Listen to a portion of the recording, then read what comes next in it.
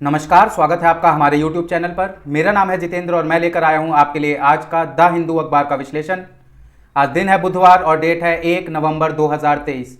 Headlines देख लेते हैं हम सबसे पहले।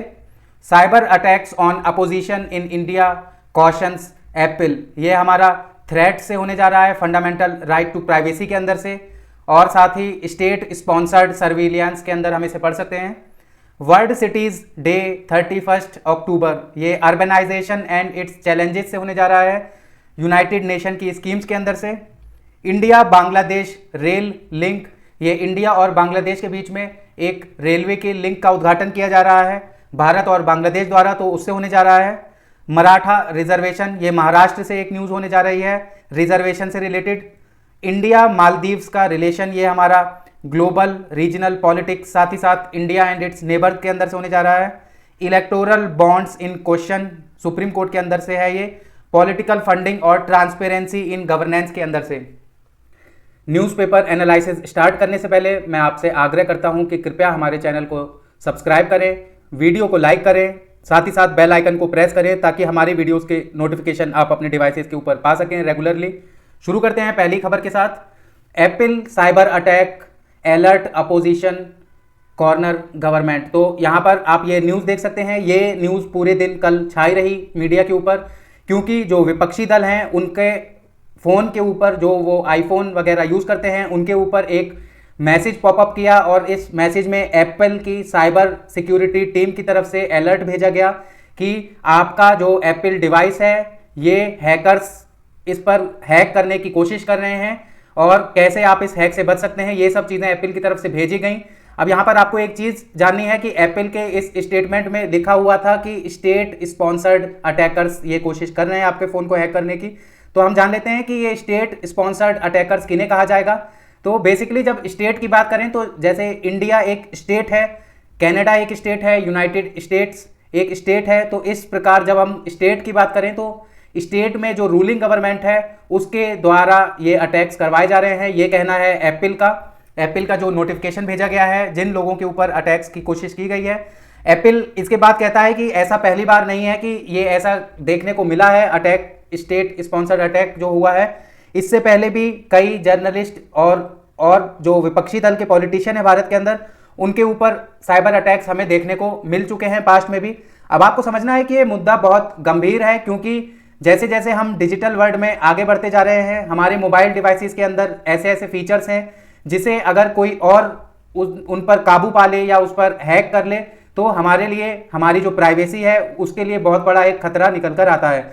जैसे आप अपना मोबाइल डिवाइस यूज़ करते हैं और मान लेते हैं कि अगर हैकर्स आपके मोबाइल डिवाइस को हैक कर लेते हैं तो आपको याद रखना है कि वो आपका सारा डाटा भी ले सकते हैं, साथ ही साथ अपने मन के अनुसार जब वो चाहें आपका कैमरा ऑन कर सकते हैं, आपका माइक ऑन कर सकते हैं, और जो भी बात आप कर रहे हैं वो सब हैकर्स सुन सकते हैं। तो यहाँ पर आपको देखना है कि ये जब अपोजिशन लीडर्स हैं और 2024 में इलेक्शन आने जा रहा है, तो इस टाइम पर ऐसा अगर गवर्नमेंट द्वारा किया जा रहा है तो ये एक निंदनीय चीज़ है और गवर्नमेंट को इस चीज़ पर जवाब देना चाहिए। और ऐसा पहली बार नहीं है कि ये मुद्दा उठाया जा रहा है भारत के अंदर। इससे पहले भी पेगासुस स्पाईवेयर नाम से एक मुद्दा उठाया गया था भारत में, जिसमें पेगासुस नामक सॉफ्टवेयर को भारत ने खरीदा था और विपक्षी जो दल हैं, साथ ही साथ जो रिपोर्टर्स हैं, इंडिपेंडेंट रिपोर्टर्स हैं, न्यूज़ एंकर हैं, पत्रकार हैं, उन सब का कहना था कि हमारे फ़ोन के ऊपर हैकिंग की जा रही है, हमारे ऊपर नज़र रखी जा रही है और हम पूरी तरह से फ्रीली कुछ भी बात करने के लिए कभी भी तैयार नहीं रहते। अपने फ़ोन के डिवाइसेस को हम पाते हैं कि कोई ना कोई हमारी कन्वर्सेशन सुन रहा है, जो भी हमारे डिवाइसेस के आसपास मौजूद है उन चीज़ों को देख भी सकता है। तो ये सब चीज़ें कंसर्न है। अब आपको देखना है कि डिजिटल वर्ल्ड जो है, जो डाटा का वर्ल्ड है, वो शुरू हुए अभी उसे कुछ ही साल हुए हैं, और अगर हम लंबे टाइम स्केल, टेक्नोलॉजिकल टर्म के टाइम स्केल पे बात करेंगे तो ये एक रिसेंट टेक्नोलॉजी है और भारत के अंदर अभी भी कोई डाटा प्रोटेक्शन लॉ नहीं है। इस सत्र में, जो अभी मॉनसून का सत्र निकला था पार्लियामेंट का, उसमें एक डाटा प्रोटेक्शन बिल लाया गया, लेकिन इसके बहुत सारे क्रिटिक्स हैं, बहुत सारी इसमें खामियां हैं जिस पर अभी गवर्नमेंट को दोबारा काम करना पड़ेगा। और यहाँ पर हमें देखना है कि जो जिम्मेदारी है डाटा को सेफ रखने की सिटीजन के, ये गवर्नमेंट के ऊपर इसकी जिम्मेदारी सबसे ज़्यादा है। लेकिन अगर हमें ऐसे देखने को मिलता है कि गवर्नमेंट खुद ही जाकर ये उल्लंघन कर रही है, ये मास ब्रीच कर रही है, क्योंकि किसी भी डेमोक्रेसी के अंदर ये चीज़ लीगल नहीं ठहराई जा सकती कि कोई भी गवर्नमेंट या कोई भी एक इंडिविजुअल आकर किसी और के फ़ोन को हैक करके उसके डाटा को अपने पास रख सके या उसे जो भी सर्विलांस मोड पर डाल सके। तो ये चीज़ें नहीं होनी चाहिए एक डेमोक्रेसी के अंदर, लेकिन यहाँ पर हमें ये देखने को मिला है और विपक्षी दल इस चीज़ पर बहुत ज़्यादा उग्र नजर आए हैं और उन्होंने डायरेक्ट बोला है कि ये गवर्नमेंट की एक साजिश है ताकि जो 2024 के चुनाव होने वाले हैं और अपने आप को हारता हुआ देख प्रेजेंट डे गवर्नमेंट जो कि भारतीय जनता पार्टी की गवर्नमेंट है ये बौखलाई हुई है और इसलिए ये सारे हथकंडे अपना रही है ताकि ये विपक्ष की आवाज को एकजुट ना होने दे सके और उसे रोक सके। आगे हम चलते हैं। ये आप एक पिक देख सकते हैं अपने स्क्रीन पर, ये मुंबई की पेदार रोड है और ये जो पिक ली गई है ये 31 अक्टूबर को वर्ल्ड सिटीज डे के ऑब्जर्वेंस के तहत ली गई है। आपको जानना है कि जो वर्ल्ड सिटीज डे है इसे हर साल 31 अक्टूबर को मनाया जाता है और इसका जो ग्लोबल ऑब्जर्वेंस शुरू किया गया वो 2014 में ही शुरू किया गया United Nations Human Settlement Programme के द्वारा, जिसे हम शॉर्ट फॉर्म में कहते हैं यूएन हैबिटेट। तो ये बेसिकली होता क्या है, इसमें इन मुद्दों पर चर्चा होती है कि कैसे शहरीकरण के कारण दिक्कतें और समस्याएं निकल कर आई हैं, क्योंकि हाल ही के दिनों में देखने को मिला है वर्ल्ड वाइड की अगर हम बात करें तो जो ग्रामीण जनसंख्या है वो उनसे ज़्यादातर लोग निकलकर शहर की तरफ जाने लगे हैं। यही जो चीज़ देखने को मिलती है ये भारत में भी हमें देखने को मिलती है और इन सब जब बहुत सारे लोग वहां पर पहुंचेंगे तो क्या दिक्कतें क्या समस्याएं सामने आएंगी। तो इन सब चैलेंजेस से लड़ने के लिए, इन सब चीज़ों पर रिसर्च करने के लिए यूनाइटेड नेशन सेटलमेंट प्रोग्राम द्वारा वर्ल्ड सिटीज डे का ऑर्गेनाइजेशन कराया जाता है 31 अक्टूबर को हर साल। 2014 से शुरू किया गया था। आगे हम चलते हैं। Akhaura Agartala rail link to be inaugurated virtually by PM Modi Sheikh Hasina today. तो भारत और बांग्लादेश से रिलेटेड न्यूज़ है ये। तो यहाँ पर सबसे पहले आप मैप में देख लें मेरे साथ, ये यहाँ पर अखौरा है जो कि बांग्लादेश में है, ढाका के साउथ में स्थित है और यहाँ पर भारत की नॉर्थ ईस्टर्न स्टेट त्रिपुरा मौजूद है और यहाँ पर आप देख सकते हैं ये जो रेड लाइन से दर्शाया गया है ये रेलवे लाइन है जो कि शुरू कर दी जाएगी आज से। ये अखौरा स्टेशन से अगरतला स्टेशन के बीच शुरू की जाएगी। इसी को रेल लाइन को शुरू करने के लिए, उद्घाटन करने के लिए प्रधानमंत्री मोदी और शेख हसीना वर्चुअली इसका उद्घाटन आज करेंगे। आप यहां देख सकते हैं ये जो लाइन है ये एक हिस्टोरिक लाइन है और करीबन 70 से 75 साल के बाद इसका दोबारा शुरुआत की जा रही है। इतने टाइम तक ये बंद पड़ी थी, लेकिन अब हम समझ सकते हैं डिप्लोमेटिक टर्म में कि भारत और बांग्लादेश के जो रिलेशन है, प्रेजेंट डे रिलेशन है, वो और बेटर होते जा रहे हैं। क्योंकि अभी इससे पहले कुछ महीने पहले हमें देखने को मिला था कि भारत का विजिट किया गया था बांग्लादेश की प्राइम मिनिस्टर शेख हसीना द्वारा और बहुत सारे एग्रीमेंट्स भी साइन किए जिसमें वाटर बॉडीज पर भी एग्रीमेंट हमें देखने को मिले हैं। आगे हम चलते हैं। State government accept Shinde panel report on procedure to grant Kunbi certificates to Marathas. तो आपको मैं बैकग्राउंड समझा देता हूं। तो बहुत सालों से भारत के अंदर महाराष्ट्र में एक मांग उठाई जाती है मराठा समुदाय द्वारा कि उन्हें ओबीसी कैटेगरी के अंदर लाया जाए, क्योंकि उनके अंदर बहुत सारे ऐसे लोग हैं जो कृषि संबंधित हैं और इकोनॉमिकली वीकर हैं, साथ ही साथ सोशली भी वीकर हैं और उनका पॉलिटिकल रिप्रेजेंटेशन भी वीक है। इन सब चीज़ों को लेकर मराठा कम्युनिटी महाराष्ट्र की एक आंदोलन शुरू करती है और ये आंदोलन अपनी चरमों पर पहुंचता है एक ऐसी जगह जहां पर ओबीसी कैटेगरी का दर्जा कुनबी सर्टिफिकेट के द्वारा दे दिया जाता है करीबन 60% मराठा कम्युनिटी को। इसके बाद जो बाकी के बचे 40% ओबीसी कैटेगरी के अंदर हैं मराठा, वो भी डिमांड कर रहे हैं कि हमें कुनबी सर्टिफिकेट, कुनबी ओबीसी का सर्टिफिकेट दिया जाए। अब इसी को लेकर कुछ दिनों से ये डिमांड उग्र चल रही थी और देखने को मिला था कि 2 नेशनलिस्ट कांग्रेस पार्टी के एमएलएस के घर को आग लगा दी गई थी इन प्रोटेस्टर्स द्वारा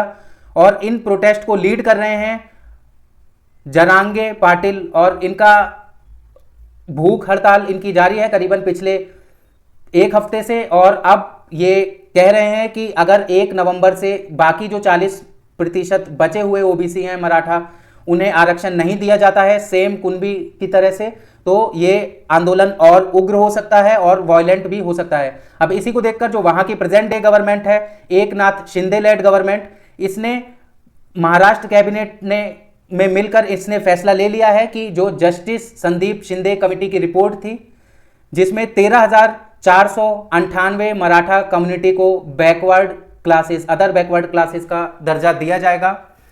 ये चीज़ मान ली जा रही है गवर्नमेंट द्वारा, लेकिन जो प्रोटेस्टर्स हैं उनका कहना है कि हमें बाद की बातें नहीं करनी है, अभी तुरंत इस पर एक फैसला किया जाए, स्पेशल सेशन बुलाया जाए महाराष्ट्र के अंदर। साथ ही साथ केंद्र सरकार से भी मांग कर रहे हैं ये कि केंद्र सरकार भी लोकसभा का एक स्पेशल सेशन बुलाकर ये आरक्षण की मांग जो है इसे पूरी करें। अब आपको एक चीज समझनी है यहां पर कि अगले साल 2024 में चुनाव हैं और ये जो ग्रुप्स होते हैं इन्हें हम टर्म्स में कहते हैं, पॉलिटिकल टर्म्स में, कि ये एक तरह से प्रेशर ग्रुप्स होते हैं जो गवर्नमेंट के ऊपर प्रेशर बनाते हैं। अब यहां पर आपको देखने को मिला है कि महाराष्ट्र की गवर्नमेंट के ऊपर प्रेशर है, जिसकी वजह से महाराष्ट्र कैबिनेट ने एक्सेप्ट कर लिया है जस्टिस संदीप शिंदे कमेटी की रिपोर्ट को। आगे हम चलते हैं। Boyfriend held for killing student, ransom note used to mislead police. ये आप देख सकते हैं, ये कानपुर से एक न्यूज़ है। कानपुर में एक न्यूज़ निकल कर आई कि वहाँ के एक बिजनेसमैन, जो कि एक बड़े बिजनेसमैन है कानपुर के, उनके बच्चे को किडनैप कर लिया गया है और जो 16 साल का है और 10th क्लास में पढ़ता है। उसके बाद उस बच्चे की बॉडी को रिकवर किया जाता है और उसे मृत पाया जाता है। अब इसी को लेकर पुलिस ने जब छानबीन की तो पुलिस ने जो बच्चे को ट्यूशन पढ़ाती थी उस टीचर को, साथ ही साथ उस टीचर के बॉयफ्रेंड को और एक और व्यक्ति को अरेस्ट किया है कि इन्होंने इस बच्चे को मार दिया। ये बच्चा जब ट्यूशन के लिए निकला था अपने घर से तो उसके बाद जो ट्यूटर का बॉयफ्रेंड है वो इसे फॉलो करता था बच्चे को, और इसने उस बच्चे को लिफ्ट देने के बहाने अपनी गाड़ी में बिठाया और इसे एक घर पर ले गया जहां पर कॉफ़ी पिलाई और कॉफ़ी में इसने स्लीपिंग पिल्स मिला दिया और इससे ज़्यादा मात्रा होने से या किसी और चीज़ की वजह से कैसे भी इसे मारा है उन चीज़ों का भी पता पुलिस लगा रही है। लेकिन उसे मारने से पहले स्लीपिंग पिल्स पिलाई गई ताकि वो बेहोश हो जाए, बिल्कुल तरह से होश में ना रहे। उसके बाद उसका मर्डर कर दिया जाता है। इसके बाद ये लोग, जो लड़का था उसके पिता को एक नोट लिखकर भेजते हैं कि हमें 30 लाख रुपए चाहिए और अंत में लिखते हैं अल्लाहू अकबर, ताकि जो बिजनेसमैन है वो सोचे कि कोई टेररिस्ट ऑर्गेनाइजेशन है जिसने उसके बच्चे को किडनैप किया है। ये न्यूज़ थी कानपुर से। आगे हम चलते हैं। The stance of the Maldives president elect on India. तो प्रेसिडेंट हैं मोहम्मद मोइजू, जो कि मालदीव्स के नए प्रेसिडेंट बने हैं, और इन्होंने एक चीज़ कही है कि ये चाहते हैं कि भारत जो है वो मालदीव से अपना जो डिफेंस फोर्सेस है उसे वापस खींच ले। अब आपको यहाँ एक चीज़ देखनी है कि 75 इंडियन मिलिट्री पर्सनल मालदीव्स में हैं और ये वहाँ पर भारत का एक डॉर्नियर एयरक्राफ्ट और 2 हेलीकॉप्टर दिए गए थे गिफ्ट भारत से मालदीव्स को, उनका केयर करते हैं ये लोग। अब यहाँ पर देखने को मिला है कि जो मालदीव्स है, सबसे पहले आप मैप से देख लीजिए तो ये मालदीव्स है इंडियन ओशन के ऊपर और ये भारत है। यहाँ पर भारत ने मालदीव्स को डॉर्नियर एयरक्राफ्ट गिफ्ट किए और 75 अपने पर्सनल्स वहाँ पर मौजूद रखे हैं, आर्मी पर्सनल्स। अब आप एक चीज़ समझ सकते हैं डिप्लोमेटिक टर्म्स में कि चाइना जो है वो चाहता है कि जो भी इंडिया की नेबरिंग कंट्री है वो चाइना के साथ दोस्ती में ज़्यादा रहे। इसीलिए आप देखते हैं कि बांग्लादेश से चाइना रिलेशन बनाने की कोशिश करता है, म्यांमार से चाइना रिलेशन बना चुका है अच्छे, इसके बाद श्रीलंका से चाइना रिलेशन बना चुका है, और अब यहाँ पर अगर भारत से मालदीव्स के रिलेशन खराब होते हैं तो चाइना मालदीव्स के साथ भी रिलेशन बना लेगा। अब आपको एक चीज़ ये समझनी है कि ये भारत की रीजनल सिक्योरिटी के लिए कितना बड़ा थ्रेट है, क्योंकि यहाँ आप देख सकते हैं कि यहाँ पर अगर चाइनीज बोट वगैरह मालदीव्स के ऊपर पहुँच जाती हैं, वॉरशिप पहुँच जाते हैं और श्रीलंका में भी पहुँच जाते हैं, तो भारत की जो नेवी है उसका मूवमेंट बहुत मुश्किल हो जाएगा। तो इसी को लेकर भारत हमेशा कोशिश रखता है कि उसके पड़ोसी देश जैसे कि नेपाल, श्रीलंका, मालदीव्स, वो उसके साथ अच्छे रिलेशन में बना रहे। लेकिन चाइना की हर बार कोशिश रहती है कि वो डेप्ट ट्रैप्ट से या तो पैसे देकर या उधार देकर देशों को अपनी तरफ खींच सके। जैसे नेपाल में भी चाइना बहुत ज़्यादा इन्वेस्टमेंट शुरू कर चुका है, और यहाँ पर आप देख सकते हैं अगर नेपाल में चाइना इन्वेस्टमेंट शुरू कर चुका है और नेपाल में अपनी फोर्स अगर डिप्लॉय कर सकता है तो भारत के लिए कितना बड़ा खतरा यहाँ पर हो जाएगा। अब आगे हम चलते हैं। Supreme Court flags possibility of electoral bonds being used to trade favours. तो ये इलेक्टोरल बॉन्ड स्कीम्स है, तो सबसे पहले मैं बैकग्राउंड से समझा देता हूं आपको। तो भारत में पॉलिटिकल पार्टीज को फंडिंग कैसे मिले और कैसे हम इलीगल फंडिंग, साथ ही साथ ब्लैक मनी, इन सब चीज़ों से लड़ सकें, इन सब चीज़ों को ध्यान में रखते हुए भारत सरकार द्वारा 2017 में इलेक्टोरल बॉन्ड स्कीम लाई जाती है। और इस स्कीम के तहत कोई भी व्यक्ति अगर किसी पॉलिटिकल पार्टी को फंडिंग करना चाहता है तो उसे बॉन्ड खरीदना पड़ेगा स्टेट बैंक ऑफ इंडिया से जाकर, और जब वो बॉन्ड खरीदेगा तो नो योर कस्टमर उसे करवाना पड़ेगा बैंक के साथ। और जो भी पॉलिटिकल पार्टी है जिसके नाम पर वो बॉन्ड इशू किया गया है वो आकर बैंक से उस बॉन्ड को कलेक्ट कर सकती है। ये इलेक्टोरल बॉन्ड स्कीम के अंदर रखा गया था। इसके तहत माना जा रहा था कि करप्शन को कम किया जा सकता है क्योंकि सारे जो डॉक्यूमेंट्स होंगे वो अवेलेबल होंगे। लेकिन अब यहां पर देखने को मिला है कि इलेक्टोरल बॉन्ड स्कीम से एक चीज निकल कर आई है कि जो रूलिंग डे गवर्नमेंट है उसके पास फंडिंग बहुत ज्यादा पहुंच जाती है और जो विपक्षी दल हैं उनके पास फंडिंग बहुत ज्यादा कम रहती है। अब इन चीजों को लेकर पिटिशनर सुप्रीम कोर्ट पहुंचते हैं कि इलेक्टोरल बॉन्ड स्कीम के अंदर जो स्कीम निकाली गई थी इसके अंदर फ्लॉ है और सुप्रीम कोर्ट से आग्रह करते हैं कि सुप्रीम कोर्ट इस मुद्दे पर देखे। इसके बाद सुप्रीम कोर्ट इस केस को ले लेती है और कॉन्स्टिट्यूशनल बेंच को यह सुनवाई के लिए दे दिया जाता है। अब कॉन्स्टिट्यूशन बेंच इसकी सुनवाई कर रही है। कॉन्स्टिट्यूशन बेंच को हिंदी में कहते हैं संवैधानिक पीठ। संवैधानिक पीठ इसकी सुनवाई कर रही है। अब यहां पर संवैधानिक पीठ ने एक पॉसिबिलिटी बताई है कि जो इलेक्टोरल बॉन्ड है वो फेवर से यूज किए जा रहे हैं। जैसे किसी बिजनेसमैन को अगर भारतीय जनता पार्टी को डोनेशन करना है और वो रूलिंग डे गवर्नमेंट है तो वो जाकर उसे फंड करेगा, लेकिन अगर किसी को नहीं करना है, किसी को कांग्रेस को करना है, किसी बिजनेसमैन को फंडिंग, तो अगर वो जाकर कांग्रेस को फंडिंग करता है तो उसे डर है कि जो सरकार है, सरकार के पास सारा केवाईसी डाटा मौजूद है और आगे चलकर वो उस बिजनेसमैन को परेशान कर सकती है। तो ये बेसिकली कुछ चीजें हैं जो उठाई जा रही हैं विपक्ष द्वारा, साथ ही साथ जो पिटिशनर्स हैं इनके द्वारा। अब आप एक चीज समझ सकते हैं यहां पर कि जो इलेक्टोरल बॉन्ड स्कीम है अगर ये 2024 से पहले इसके ऊपर फैसला आ जाता है तो जो प्रेजेंट डे रूलिंग गवर्नमेंट है हमें देखने को मिलेगा कि इसके पास फंडिंग की बहुत कमी हो जाएगी, जो अभी अगर हम पिछले कुछ सालों के साथ इसकी तुलना करेंगे तो आगे। आज के न्यूज़पेपर से बस इतना ही था। कैसा लगा आपको हमारा आज का अखबार का विश्लेषण हमें कमेंट सेक्शन में बताइए। वीडियो को अगर लाइक नहीं किया है तो वीडियो को लाइक करिए, वीडियो पर कमेंट करिए, चैनल को सब्सक्राइब करिए, साथ ही साथ बेल आइकन को प्रेस करना ना भूलें। आपका दिन शुभ हो। धन्यवाद।